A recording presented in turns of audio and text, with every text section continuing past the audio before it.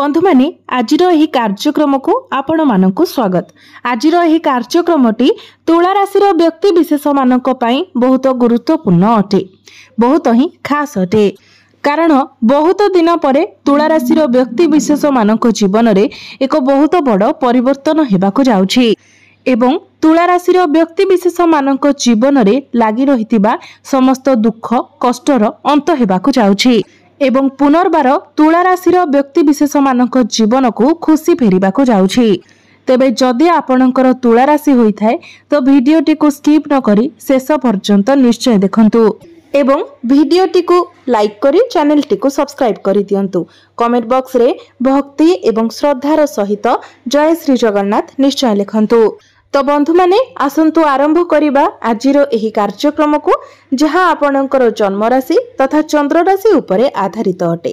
तेबे राशि चक्रर 12 गोटी राशि मध्यरु सप्तम राशि हेउची तुला राशि। तो एबे आसंतु जानिबा केबे ठारू एवं केउ मास ठारू तुला राशि व्यक्ति विशेष मानक जीवन रे बड़ परिवर्तन आसीबाको जाउछि। तेबे सर्वप्रथमे आसंतु शनि एवं राहुंक विषय रे किछि आलोचना करिबा। तापरे आपणक जीवन रे आसीबाकु जाउथिबा बड़ परिवर्तन विषय रे जानिबा। तेबे तुला राशि रे शनि षष्ठ भाव रे गोचर करूछंती एवं राहु आपणकर पंचम भाव रे गोचर करूछंती। बृहस्पति आपणकर भाग्य भाव अर्थात नवम स्थान रे गोचर करूछंती एवं केतु आपणकर एकादश भाव रे गोचर करूछंती। किंतु शनि देव वर्तमान बक्री चलन करूछंती एवं 27 नवेम्बर पर्यंत शनि बक्री अवस्था रे ही रहिबे। सेथिपाई जो तुला राशि व्यक्ति विशेष माने संतानर कामना करुथिले, संतान पाई प्लानिंग करुथिले, सेही व्यक्ति विशेष मानक पाई समय बहुत भल रहुछि। एहा सहित एही समय रे जदि आपण एडमिशन किंबा फॉर्म फिलअप करिवा पाई चाहुछंती, सेथिपाई मध्ये समय आपणक पाई बहुत भल रहिबो। किंतु तुला राशि जो माने विद्यार्थी अछंती से माने गोटिए कथा भल भाबरे मने रखिबा उचित जे 16 अगस्त ठारू आपणक पाई शुभ समय आरंभ होई जाउछि। कारण 16 अगस्त को सूर्य निजर स्व राशि रे प्रवेश करिवे।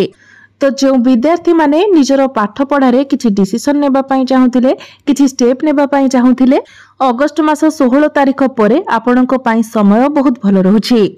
एहा व्यतीत 16 अगस्त परे जदि आपणकर किछि गवर्नमेंट एग्जाम रहुछि तो एग्जाम रे आपणकु बहुत भल शुभ फल प्राप्ति हेबा। तुला राशि व्यक्ति विशेष माने आउ गोटिए कथा मने रखिबा उचित जे 16 अगस्त ठारू पूरा गोटिए मास पर्यंत सूर्य निजर स्व राशि रे गोचर करिवे, जहा कि आपणकु बहुत भल शुभ फल प्रदान करिवो। कारण सूर्य निजर स्व राशि रे गोचर करिवे। सेथिपाई आपण जेकोनोसी भी सरकारी कार्य, डॉक्यूमेंट सह जड़ित कार्य, ए सबु संबंधित जेकोनोसी कार्य करिबाकु चाहुतिले 16 अगस्त ठारू आपणक पाई गोटिए मास पर्यंत बहुत अधिक शुभ समय रहिबो एवं सूर्यदेव निज राशि रे विराजमान रहिबा हेतु आपणकु सूर्यदेव बहुत भल शुभ फल मध्य प्रदान करिवे। किंतु गोटिए कथा मने रखंतु जे वर्तमान ठारू 27 नवेम्बर पर्यंत आपण माने राजनीति पॉलिटिक्स करुथिबा व्यक्ति विशेष मानक ठारू टिके दूरे रुहंतु।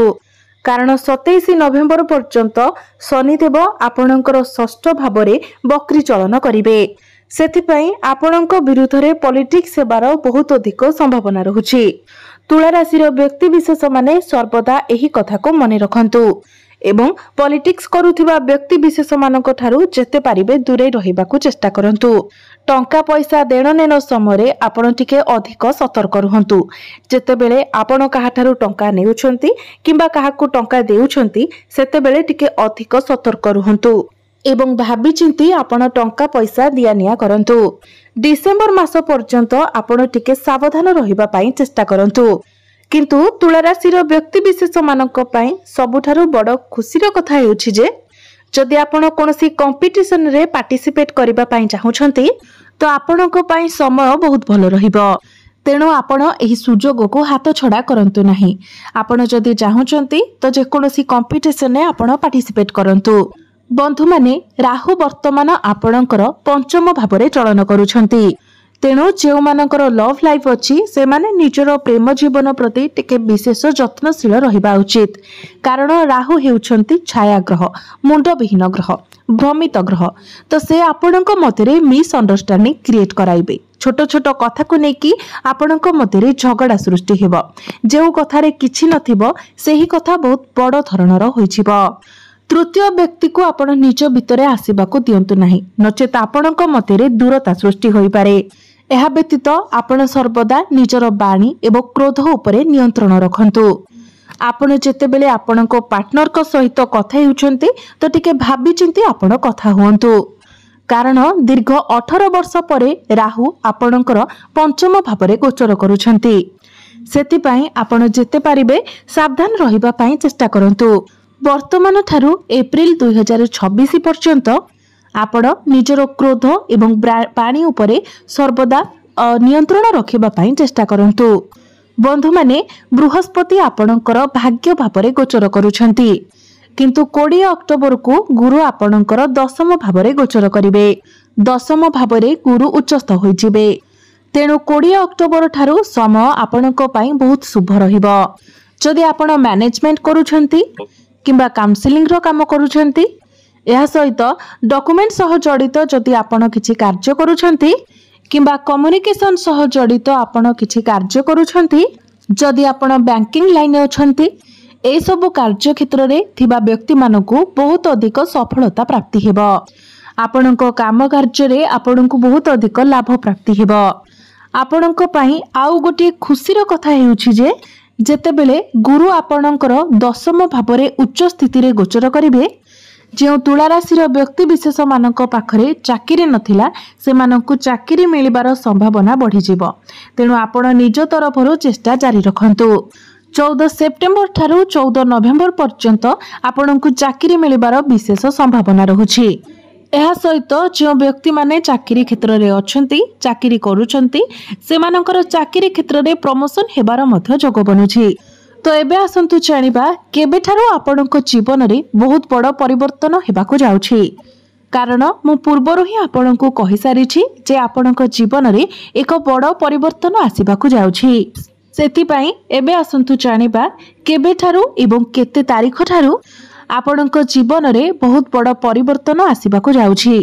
तेबे बंधु माने आपणकर राष्ट्राधिपति शुक्र 14 सेप्टेम्बर को आपणक राशि रे प्रथम भावरे प्रवेश करिवे।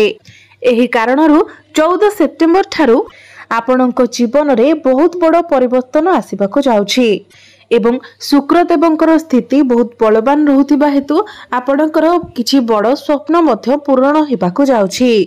यह सहित आपणको अनेक सुख सुविधा प्राप्ति हेबार मध्य जोग बनुछि।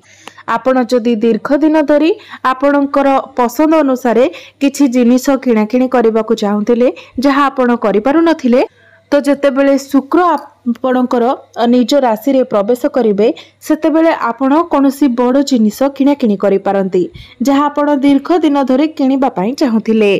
एमिति आपणकर अनेक किछि स्वप्न पूर्ण हेबार संभावना रहुछि।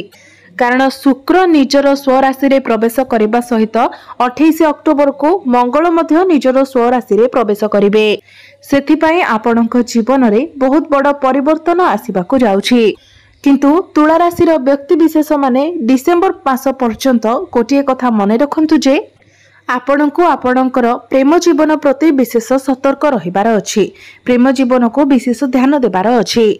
यह सहित विद्यार्थी माने मध्य निजर पाठ पढ़ारे अधिकरु अधिक ध्यान रखंतु, कारण आपणकर माइंड डाइवर्ट हेबो। पाठ पढ़ारे आपणकर आग्रह आसीबो नाही एवं आपण निजर पाठ पढ़ा को नेकी कंफ्यूज मध्य होई जिवे। सांग साथी खेलकूद ए सबु रे आपण अधिक समय दे पारंती। तेनु ए सबु ठारू दूरे रही आपण जेते पारिबे निजर पाठ पढ़ारे फोकस करबा पई चेष्टा करंतु।